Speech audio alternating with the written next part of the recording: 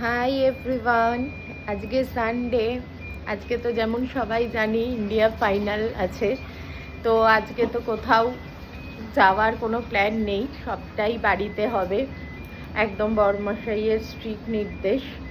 তো চলুন দেখি, আপনাদের সাথে একটা জিনিস শেয়ার করি। এই দেখুন, ম্যাচ দেখবে বলে আজকে আমাদের ডিশ দিচ্ছে, বলছে সব রান্না করে দেব, খাওয়া দাওয়া হবে আর খেলা দেখা হবে।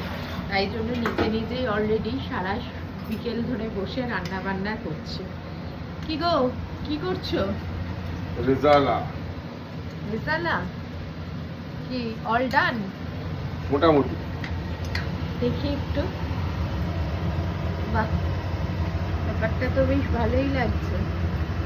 এটা কি স্টাইলে করলে রেজালাটা? আমিনিয়া স্টাইলে? বাবা, আমিনিয়া স্টাইলে রেজালা করেছে। আমি কিন্তু কোনো কিছুই হেল্প করিনি আজকে। যেরকম দেখছেন আপনারা, সব নিজে নিজেই কাটা বাটা গোছানো।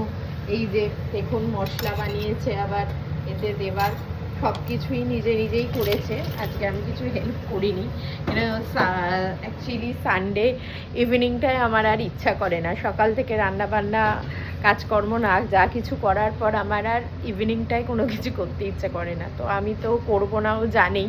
তো সেই জন্য নিজে নিজেই সব রেডি করে শুরু করে দিয়েছে করতে। তো জানি না, এখনও টেস্ট করিনি, কেমন হয়েছে বলতে পারবো না। তবে যেটুকু যা রং কালার দেখছি তাতে আশা করছি, আর গন্ধটা তো মোটামুটি ভালোই লাগছে গো। তুমি কি টেস্ট করেছো?